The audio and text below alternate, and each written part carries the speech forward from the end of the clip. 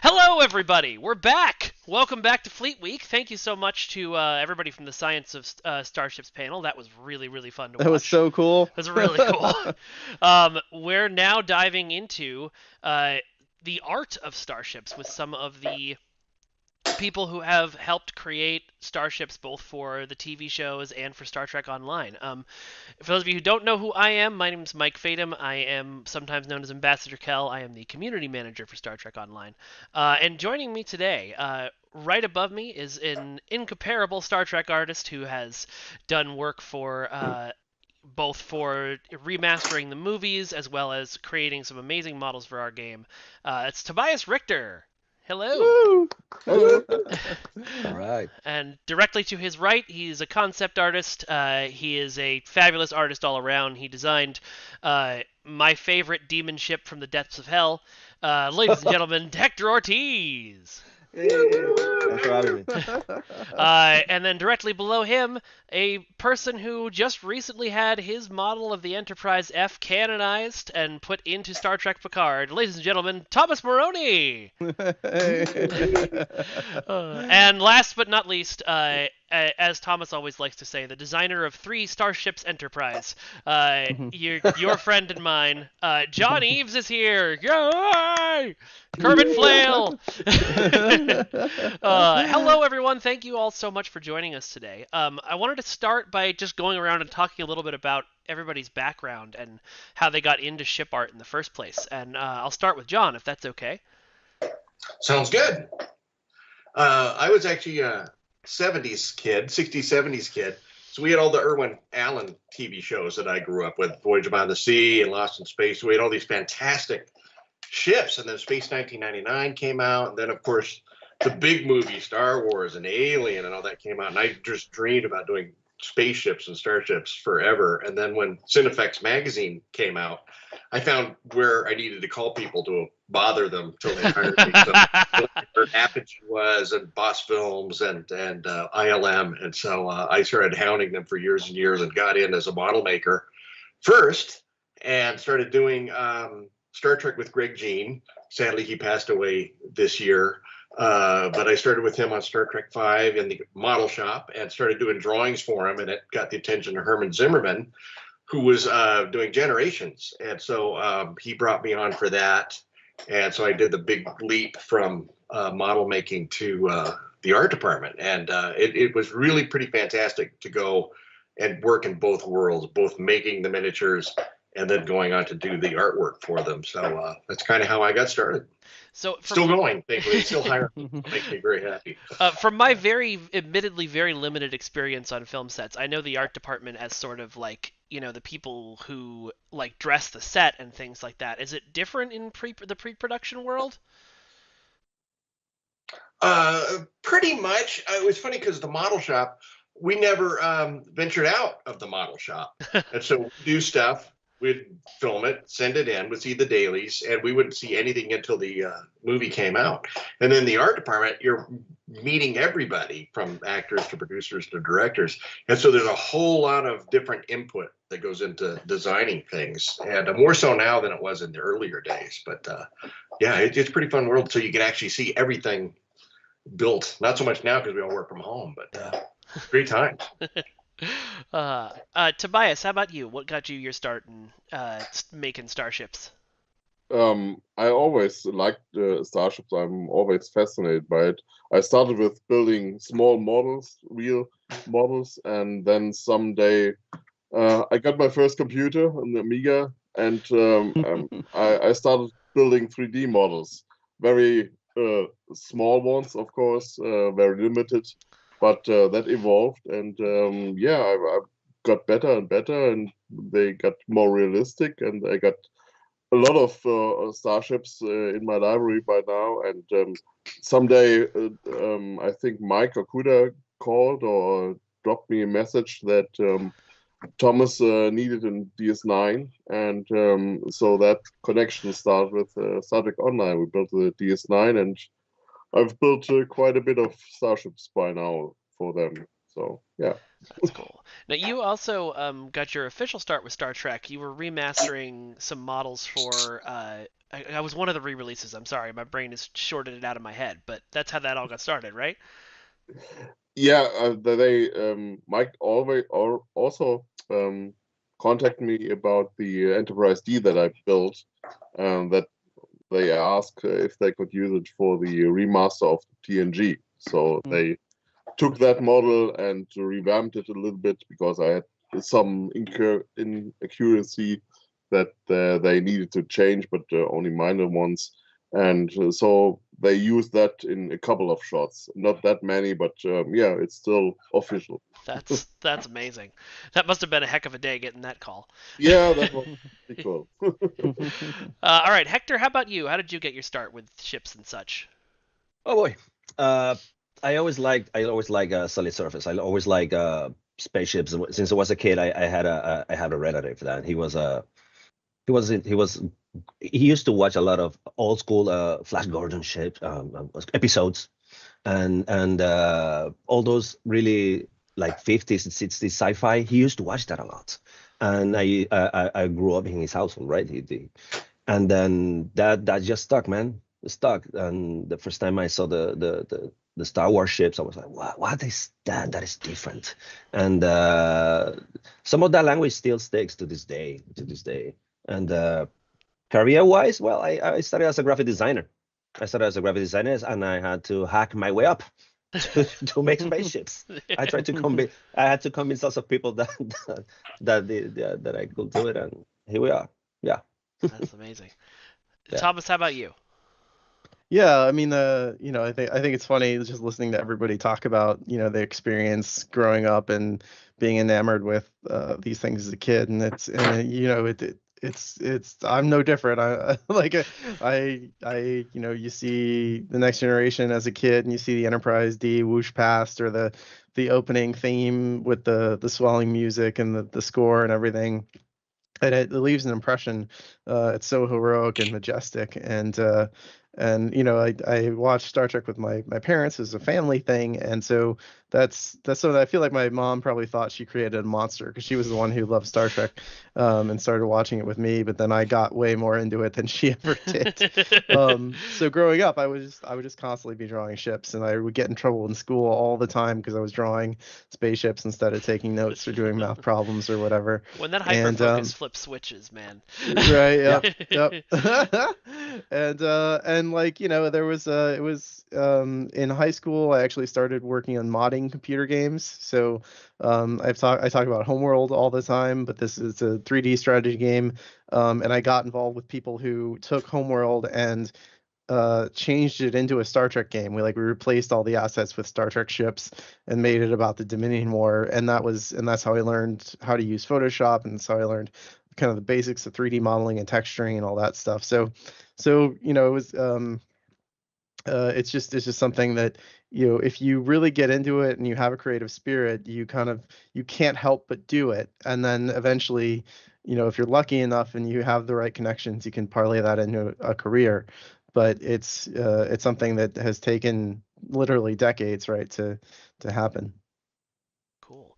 So, I mean, I got to ask the question before we dive into Starship stuff. Now that you can finally talk about your Enterprise F becoming the canon Enterprise F, what's the last week been like for you?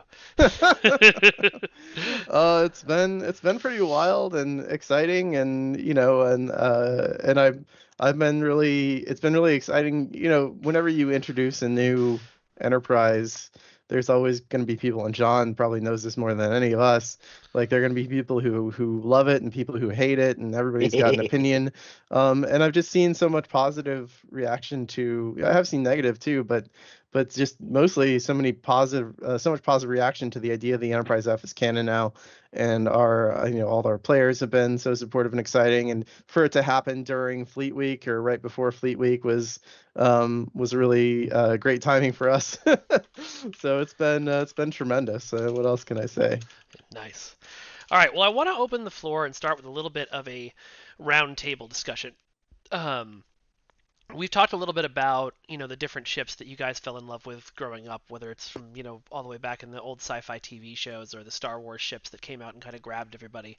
But there is a very specific design language to Trek that you guys are all familiar with, and it's different from different alien species, but there's a certain ineffable thing that makes a ship Star Trek or not Star Trek. And I wanted to see what you guys' thoughts were, since you've all designed ships for Trek, what it is that you need to think about when designing a ship specifically for a Trek show or game that makes it feel more Star Trek. And I'll throw it to Hector first, but let everybody jump in wherever they feel like.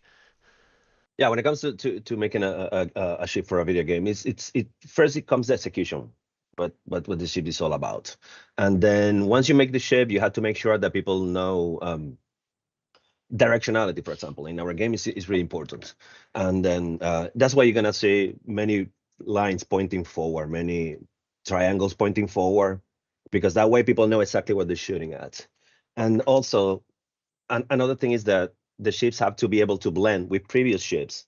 So even if we want to make a ship that is beautiful in paper, as long as we put it in 3D, if we notice that it's not gonna blend with the rest of the ships, because we have to be able to exchange parts with others. So that's why you're gonna have to see some shapes that are flowy and then suddenly they break up a little bit. Nobody wanted that break. Nobody wanted that thing. But it has to happen because you had to put maybe another parts in that ship for customization later on. Mhm. So it's mostly about its use. You have to talk with the designers constantly to see, oh wait, can we put a cannon here? I mean, a cannon would look nice here. Are we even gonna have a cannon in this thing? Can we put it over there? You have to have these conversations with them. You have to, yeah. Also, the ship has to look great from angles, because we cannot curate the angles. It's like Right. do the TV, the ship always more or less have the same beautiful angles. In video games, you have to people scrutinize this thing, like, oh, look at that little thing, it's clipping over there, and look at this other thing, this window's not supposed to be there. So I and people zoomed in do that 200 times and got a view I was never supposed to get on this ship. exactly. But stuff like that you have to consider. Stuff like that, it's another level. And then I had to match the design of more or less the whatever comes first, which is usually John's designs, which is, oh boy.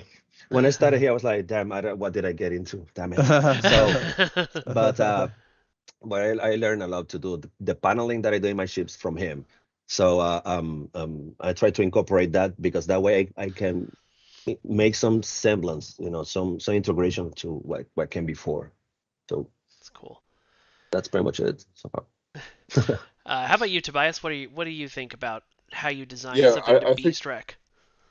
what Hector said was very specific for games, Yeah. especially Star Trek Online with all the modules that you can exchange. That is a very specific thing.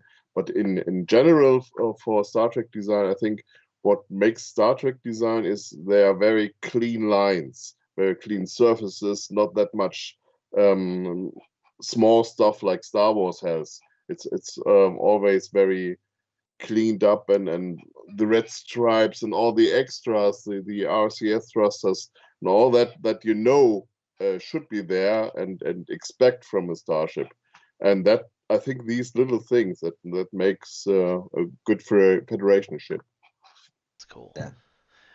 Well, Yeah, that's John, a, it's go ahead, Thomas. Sorry. Yeah, no, I mean, I'll kick it over to John, but I just want to say I think that is something that really sets Star Trek apart from a lot of other science fiction franchises. Is there are greebles and little details and things, but a lot of them have been assigned purpose, right? Yeah. You don't necessarily look at a Star Destroyer and it's hard to tell like what any particular block Yeah. of stuff does. But on Yeah. a Star Trek ship, there's been enough tech manuals and things that you can say, oh, well, those are the escape pods and those are the thrusters and that's the impulse engine, and like you have a list, right? And so anyway, but John, and you were John, I think you were kind of instrumental in putting that list together and making sure that things like Mm-hmm. the Enterprise E had all that stuff. Mm-hmm. Yeah, you made the shopping list.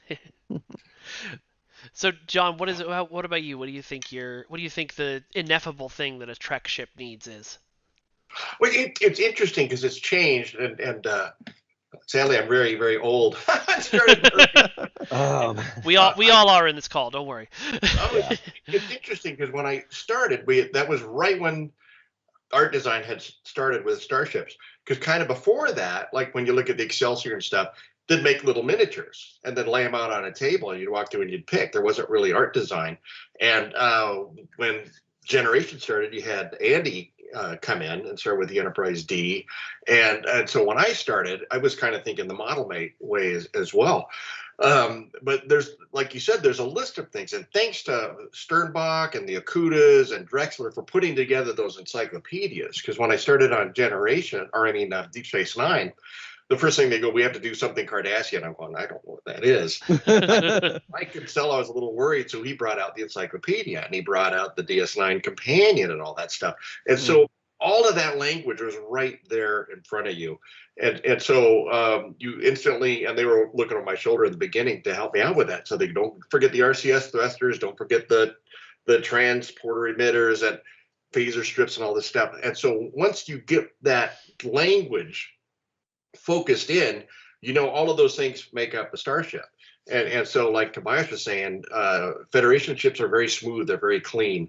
And once you get chunky and heavy with the details, when you start getting into the alien ships. And one of the biggest issues designing for Star Trek is the multiple eras we have. And so TNG is where I kind of started with the Next Generation form of design, which was very kind of futuristic off of the Jeffries design. So it was very easy to follow that. And then we started going back to Enterprise, and it's funny because Star Trek is our future, fictional future, but then you have to go back in time in that fictional future. So you have this kind of bizarre time frame going on. And so you have to think about the past of the future. And so in doing that, I kind of harkened back to the aviation world of the 40s when all the X-planes were coming out. And so a lot of that reference comes from that. And so once you get your design down, then you put all your Starfleet elements on it, like we're talking the emitters and all that stuff and the red paint. And so it's very fun to see how this goes, and working with the production designer. He's kind of the voice now. We used to be able to, we'd all be in different departments and have meetings. And now that we all work from home in different locations, you're kind of the voice for the designer, and then he comes back with notes after meeting with VFX and stuff. So it's a very interesting world as far as design goes, but the elements never change. It's just the look of the ships, and that is usually dictated by your designer and the showrunner and the producers. So we'll get the script, and you read the description and you'll design the ship around it or give sketches, and then the focus comes what elements they want to have. But like everyone is saying, it's a very fun collaborative process. Do you, as a designer, get a sense of when you've gone too far away? Like if you're designing an alien ship and it's got to be, different and detailed and bulky and weird, do you get a sense of when you've hit that line of like, okay, this isn't Trek anymore, now I have to dial this back a little bit? Mainly with the new alien races. The old ones, it's kind of fun because you have an architectural basis to feed off of.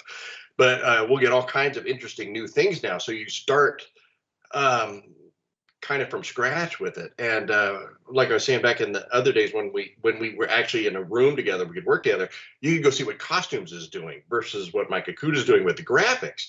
And then you could use those two elements to combine what the ship structure might entail. Oh, that's cool. And now you're kind of on your own creating things. But yeah, sometimes you go too far, and almost every description we get in the script is like a ship like we've never seen before. Oh my god. No. Good luck. That's not helpful. That's like nothing we've seen before. You got to pull it back into Star Trek. Do you know how many years Star Trek has been on? We've seen them.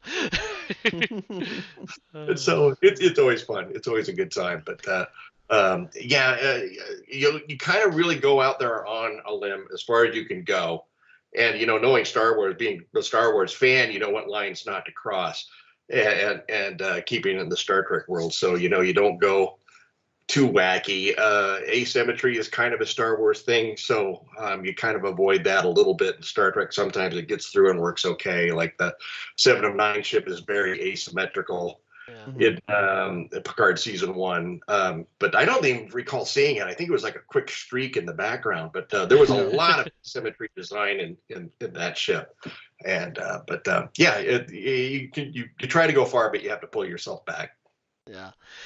So we talked a little bit about the difference in our post-COVID world with designing. I know, Thomas, the last couple of years, you've been the Star Trek Online ship team has been working a lot more with outside contractors, including Tobias. What has that process been like? Because you've been going from the guy what makes the ships to the guy what approves the ships.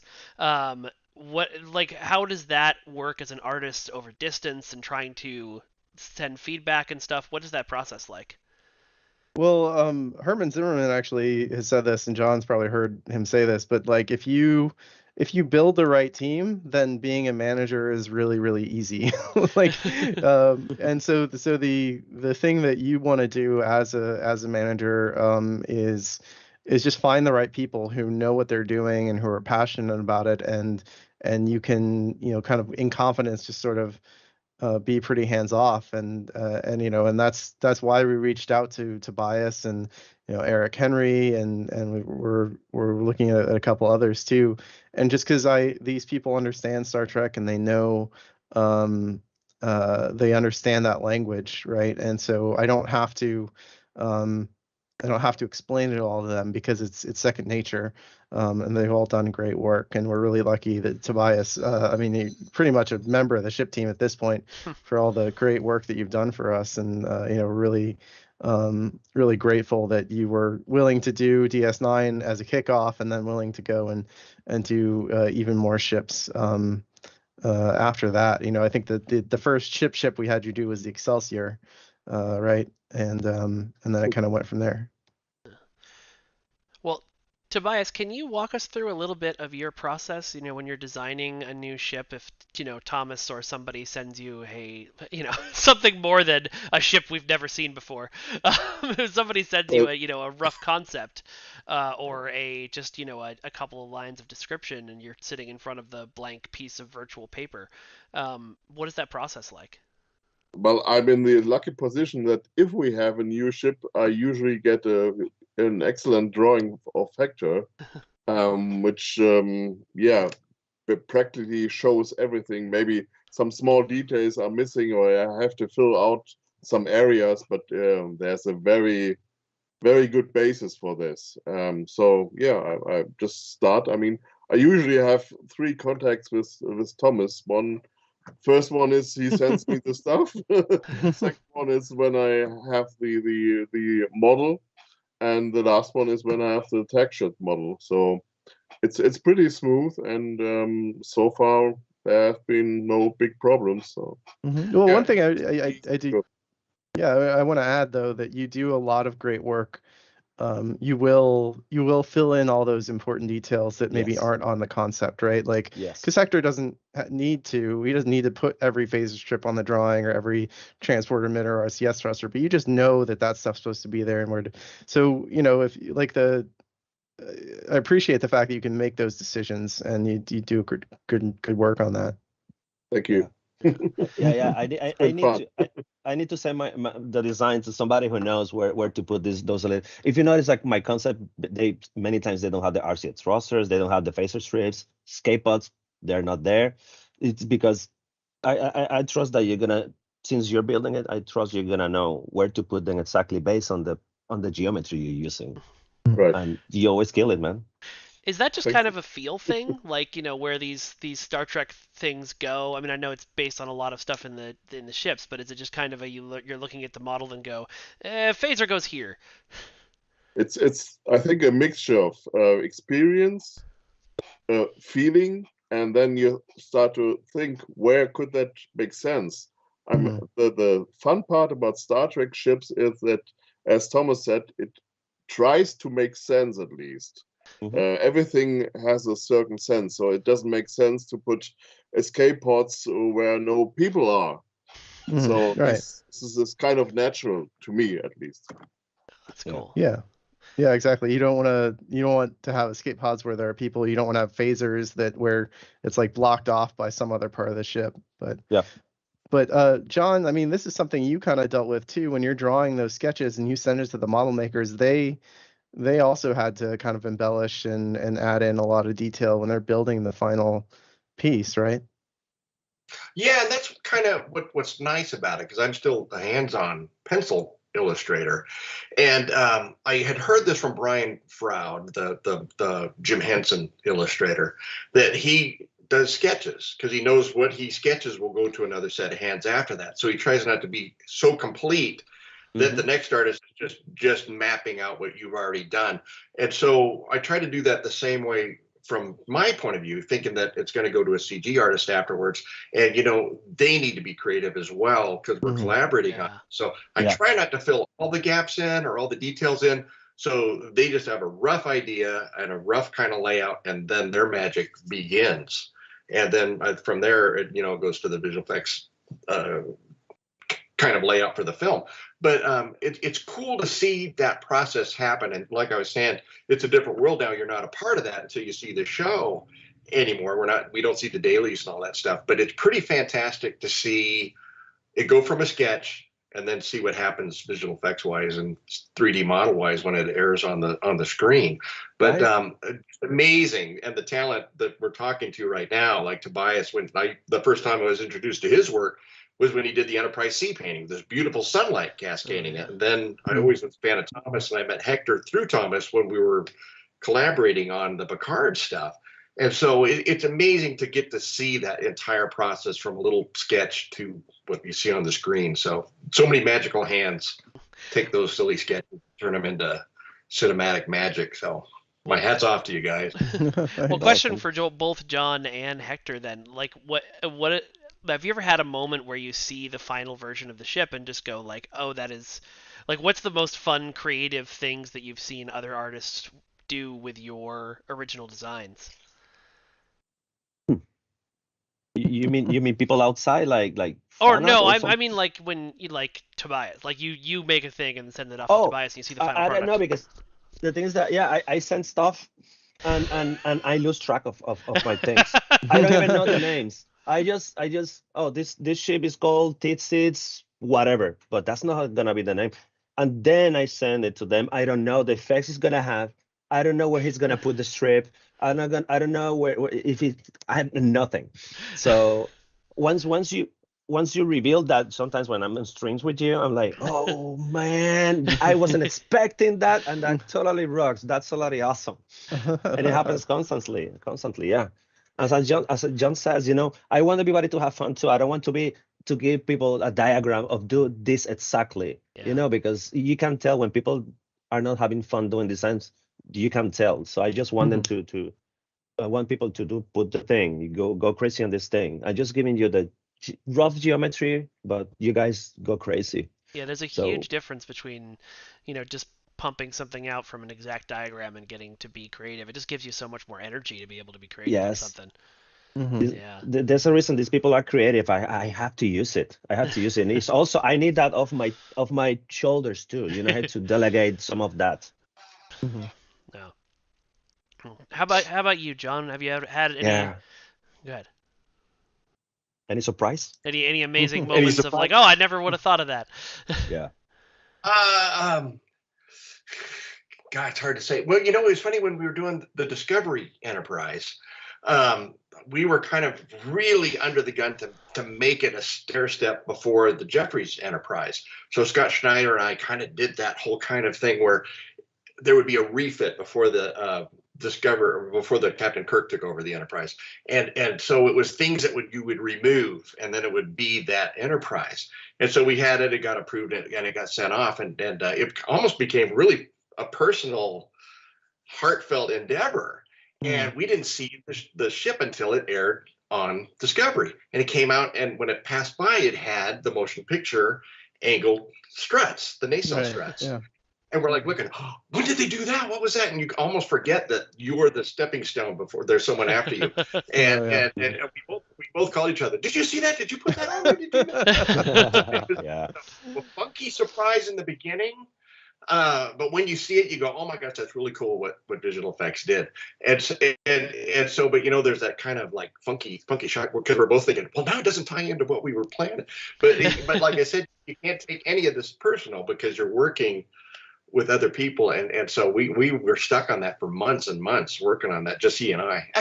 So, but I think it was Pixamundo doing the effects then, and we had never met any of those guys, and they were doing some really beautiful stuff.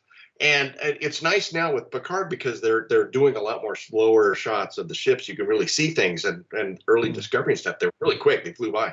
But yeah, that was the biggest surprise, was that the Enterprise that we had finished versus the one that hit the screen. So it was fun because they have to take what we did and then turn it into Discovery-ish ship, add the texturing and all the extra stuff. So things that we didn't do, it was fun to see what they did. So that was my big surprise. I really love how all of the designs of the TOS stuff that popped up in Discovery and now Strange New Worlds has come across, where it still looks the same, but it looks like it was built with like modern materials. It's really cool. Yeah, it's pretty fun. It's very, very fun. That's another thing. Yeah. Oh, go ahead, Hector. Sorry. No, that's another thing that we're making Star Trek ships, right? We're making stuff based on IPs that are like go way back, but we also had to talk to the new generation getting into this thing. So we had to implement all that design language that is out there from video games and other movies into our stuff little by little, not too much, but it has to be there because kids, to say some way, they had to be excited about these things too. So we had to spice a little bit new stuff. Yeah. How do you, what does that mean? How do you spice the stuff? Some paneling, some geometry here and there. Look it at can that be done. spicy paneling. Yeah, it's as I think it was John said. It's a bit of intuition, or Tobias said it's a little bit of intuition. Yeah, that's cool. Well, we had a little bit of art that John sent me that I wanted to take a look at and talk to you about, John. Actually, it was funny. I asked John for some art for the panel, and he sent me 347 images. So we've narrowed that down to 5. We're going to talk about a specific thing. I'll send you the folder. You can go through it. Amazing. You do that, bro. That's Hector's whole weekend. He's just going to spend tomorrow scrolling through Dropbox. You bet. Yeah. But this is for one of the Ships of the Line calendar, I believe, and this is a Smithsonian exhibit that you invented called the Flight of the Phoenix exhibit, right? Yes, exactly. And that's what's really fun about the Ships of the Line calendar is stuff that you can't explain in the shows or the movies. You can take it that extra step and explain things in the calendar. So this was one of those pieces that got a lot of fun, so you could explain kind of a little bit more about the Phoenix. So it was fun. That's cool. And so this is like I'm just flipping through the pictures here. We're now on the one of the, I think, the Phoenix's fuselage. You got to sort of really dive in here and make models of like, not just what the thing on display is, but also what the like exhibits are saying about the world. I love in the background of this one you can see coming this March Botany Bay exhibit. It's just such a neat bit of world building. The details. Yeah, that was basically realized because of a dialogue comment from First Contact, where Patrick Stewart is talking to Data, and he goes, "Oh, I remember seeing this in the Smithsonian." And I go, "Wow, wouldn't that be fun?" And at that time, we didn't think the whole ship came back. We thought it was just the capsule. And so we heard that dialogue and goes, "What does that mean? The whole ship comes back or just the capsule?" So behind the Phoenix, you see this gigantic diagram of the flight of the Phoenix. So it's like a blue and white kind of blueprint behind it. So we designed that after the fact. And thanks to the Burt Rutan and his Spaceship One with the tethering system, it worked perfect. So we incorporated what he kind of had come up with that for how the Phoenix comes back. And then when you put it in the Smithsonian, Scott Schneider had worked on one of the Night in the Museum movies. So I kind of laid out the Smithsonian view I wanted. And so he did sent me over one of his 3D models, and I expanded it. So it's much larger than the Smithsonian is now, put an upper window. So you can't really copy the Smithsonian exactly, but there's like all kinds of little fun things in there. Like around the base of the Phoenix is the railing from the TOS Enterprise. So you have the red railing on the pole, so it's an exact pull of that. And off to the right of it, there's a little display that says 100 years ago, and the date the exhibit opens is the actual date that the Flight of the Phoenix opened in 1965. So it's a 100-year anniversary of the Jimmy Stewart movie. And right behind it, a little picture that says 100 years ago. So you have Zephyr Cochrane and his cameo, and below it you have Jimmy Stewart and the Phoenix. And so there's all kinds of little stuff. And I added the Apollo 11 astronauts. I had their autographs, and I put them on the side of the capsule.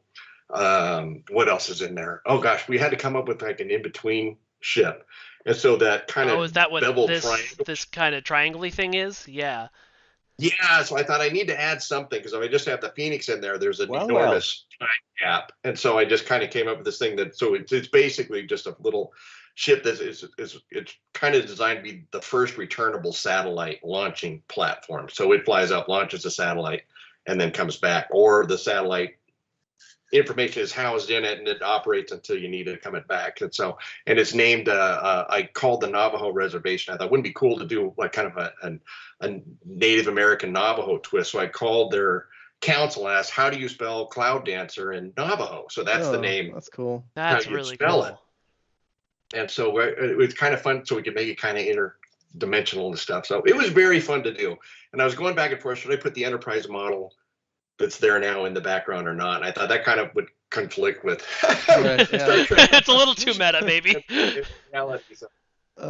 it was a very, very, very fun piece to do, and so got to spend a lot of time doing that. But like I was saying, everyone here I think has something in the Ships of the Line calendars here or there. So it's a great world to take things into this different kind of personal artistic venture. Do you guys find that you have like, is it more fulfilling to make something for like Ships of the Line where it's you from beginning to end and you get to like create the whole thing, or is it more fulfilling to be a part of the artist chain we were talking about earlier, where you create something and then you leave a little bit for the next artist to do and they leave a little bit for the next artist to do?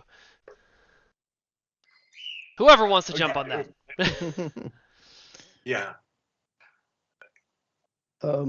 I'll go and I mean, like I think it's different kinds of pride. I think you have this is my project, and there's certain things you do that you like. I did this from beginning to end, and I'm really, this is my baby, right? And that's just one kind of thing. But also there is something really satisfying about working with a bunch of other really talented, smart people to bring something to life that you couldn't do by yourself, right? And so I think there's, I'm very proud of all the ships and stuff we've done with STO.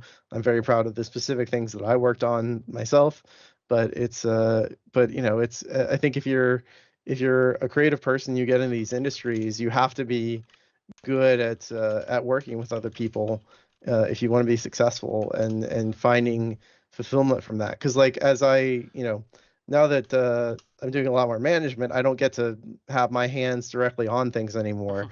It's I'm working with Tobias and Eric Henry and Hector and all these other people who are in a lot of ways smarter and better than me. But that's my point, right? Like if you want to the best manager, and not just like manager boss, but manager of a process, is somebody who understands that there are going to be people who are better than you. Go find them and work with them to make like the best possible thing you can. And so that's sort of where I sit with it.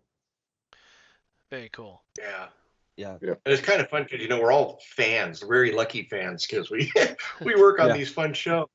And like you saying, you almost can't critique yourself because I think I'm at the bottom of the barrel when it comes to the talent. But so I like watching everyone else's stuff. But you almost can't approach it that way because then you over criticize your stuff. I'm just glad, like I said, to be hired on these fun shows. You guys do, so it's good stuff. Fun to be a fan. That's right. Even in the worst day when you feel like, oh my God, you had to remember yourself that you're getting paid to do spaceships. So Yeah. And I love working about your question, Mike. Is I love working with other people. I like to see other people doing magic stuff, that's amaze me. And I trust any of these guys. So that's important. Having the right team to do that, to delegate stuff. Oh, it's the best. It's the best. All Yeah. right. Well, we've got a question. We're almost wrapping up here, but I'm going to take a few audience questions if people want to throw stuff in the chat. We've got a question here from Turquoise C. She says, "What makes more sense, smaller, purpose-focused ships or bigger all-rounder cruisers? And are there challenges or benefits to designing one or the other?" Oof. Who wants to jump on that? Go ahead, Thomas. Yeah. Well, I think you just, in terms of what makes more sense, you have to set out a bunch of we talked about world building in the panel, Stellar Service panel on Tuesday, and you sort of have to. The question is, what makes more sense for the world, right? Like a giant multi-purpose cruiser didn't make sense for Enterprise because they were really primitive and they were just starting out with all this space travel, space warp technology. But by the time you get to the next generation, post next generation, depending on the mission of the ship and the political circumstances, that's what can happen. I mean, like, you have where we had the space shuttle, which was kind of multi-purpose and can do a lot of things and reusable, and now we're going to the Orion capsule, which is a very different type of ship, and it's just sort of all these political realities and the science changing. And I did want to plug a little bit about the Star Trek Adventures with their Utopia Planitia ship book. There's a lot of lore in those books about the ships and what they're for and what the world around them is like. And so, if you're thinking about your ship in STO or Star Trek Adventures, there's a lot of stuff out there to consider the world and what makes sense for you, and the mission and the adventure that you want to have. Very cool. Oh, we got a question from Rob Melvin over on Facebook chat, who just wanted to know what every person's favorite ship is. Do we want to limit this to Star Trek, or do we want to just open it wide? What are you folks up for? We'll limit it to Trek for right now. Tobias, favorite Star Trek ship? Refit Enterprise. Yeah, it's beautiful. John, how about you? I have two: the Grissom and the Refit Enterprise. Thomas? The original Enterprise, the TOS era ship. And Hector? Man, I don't know. I gave you time. I may let you go last at everything. Do you know how many ships I've done? I just It doesn't have to be yours. It doesn't have to be one you did. Yeah, just your favorite one ship. that really struck me because of simplicity. Remember this thing? Yeah. Yeah. The Kari What's that? ship. I love it. That's hilarious. I didn't know that was based on what is that thing? It's a fidget spinner. That's amazing. I did not know that. That is so cool. That's John, in case you didn't know, that's one of the ships that's in our game, but we're just now finding out it's designed on Hector's fidget spinner. That's awesome. Amazing. It looks Excellent. so much like that too. That's phenomenal. so I like funny. Yeah, the Malakowski. I like there's a bunch of I don't know. There's so many of them, to be honest. Well, nobody asked me, but you're all wrong. The Klingon Bird of Prey is the best ship, and we'll move on from there. Let's see. It was fun when Star Trek 3 came out because every 10 minutes we had a new ship through the whole movie. Yeah. It was ridiculously fantastic movie. God, my gosh, when the Grissom hit the screen, like, good grief, what is that? Then the Excelsior. Oh my God, all this fantastic stuff. It was just a treat. Yeah, Space Dock, right? Space Dock. We hadn't seen that before. Everything. What a show. Yeah. Yeah. I gotta go back and rewatch that. Maybe I'll do that tonight. All right. Well, we're coming up on the end of time here, so I want to give you folks time to tell people where to find more about your stuff. So why don't we start with John? If people want to know more about your work or see more of your stuff, is there anywhere they can find you? I have a website. It's just johneavesart.com, and I had posted a whole bunch of stuff for Picard and some other Star Trek stuff, and then we got the note, hey, don't post anything about those yet. We're doing a book, so go buy the book. Yeah, go buy the book. Put it on your coffee table. Because usually you don't post anything, and then I saw more stuff come out when Picard season 2 hit than I'd ever seen. It's like, wow, is it the rules change? This is great. So no, we just don't post things, keep them back. So, Yeah. But yeah, you can find my stuff, johneavesart.com. Thanks. We got to make a Star Trek Online art book at some point. Thomas, how about you? Yeah. Yeah, just probably the best thing to do is follow me at Thomas the Cat on Twitter. I post a lot of it's mostly it was my personal Twitter account, and mostly it's just about SDO anyway. So so go there. I do a lot of ship posting. That's a lot of that. That's right. Yeah. Tobias, how about you? Yeah, I have my website, thelightworks.com, and I'm also on Facebook and post some stuff there. Okay, very cool. And Hector, how about you? So yeah, you can find my stuff at an ArtStation. Actually, you can Google my name, Hector Ortiz, or you can go straight to inclinedecline.com. Incline decline? That's right. I like it. All right. Well, folks, my name is Mike Fatum, and you don't need to know where to find me, but it's on the screen if you want to. Thank you all so much for joining, and thank you for a fascinating ship discussion. I hope we get to do more like this in the future. Oh, and I like thank it. you all for filling our brains with amazing starships to imagine ourselves captaining. All You're right. welcome. Thank you. We'll Thanks, Mike. Thanks. We'll be right back in just a few minutes.